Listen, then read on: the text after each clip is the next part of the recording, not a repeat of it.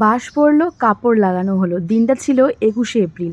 আমার দাদার বিয়ে। শুরু হয়ে গেল বিয়ে বাড়ির আয়োজন এবং তোড়জোড়। ছোট থেকে একটাই আশা ছিল আমাদের দুই বোনের যে দাদার বিয়ে কবে হবে আর ভীষণ মজা করব।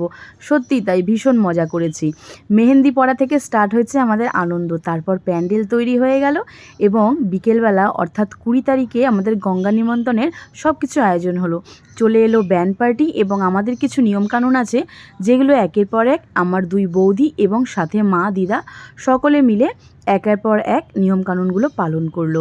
এগুলো দেখতে যেমন ভালো লাগে, সত্যি ভিডিওটা আমার ক্যাপচার করতেও ভীষণ ভালো লেগেছে।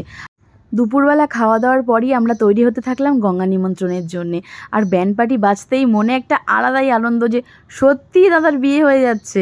সত্যি না, ছোট থেকে ৩ ভাই বোনে মিলে কখন যে বড় হয়ে উঠলাম বুঝতেই পারলাম না।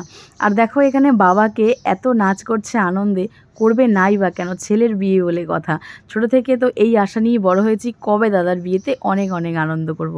তো আমাদের বাড়ির সামনেই নদী আছে, জোড়াপানি নদী, সেখানেই আমরা গেলাম। আর পাড়ার এক দিদা দেখো নাতির বিয়েতে এত আনন্দ করেছে, খুলে মন প্রাণ খুলে নাচ করেছে। তারপর আমার দাদু পৃথিবীতে নেই, তার জন্যে আমার দাদু দিদা এবং ঠাকুমা ঠাকুরদা সকলকেই দাদা প্রণাম করে সকালবেলা বৃদ্ধিতে বসবে বলে তার তোড়জোড় চলছে। তো এখানে পাশের বাড়ি কাকিমা আছে, কাকিমা সমস্ত কিছু আয়োজন করে দিল, সাথে বৌদিরা তো আছেই।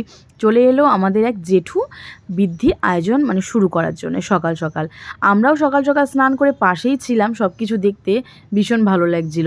বাবা একের পর এক নিয়মকানুন পালন করলো। তারপর দাদা বসলো। দাদার ভিডিওগুলো ক্যাপচার করা হয়নি, তার জন্য আমি খুবই দুঃখিত।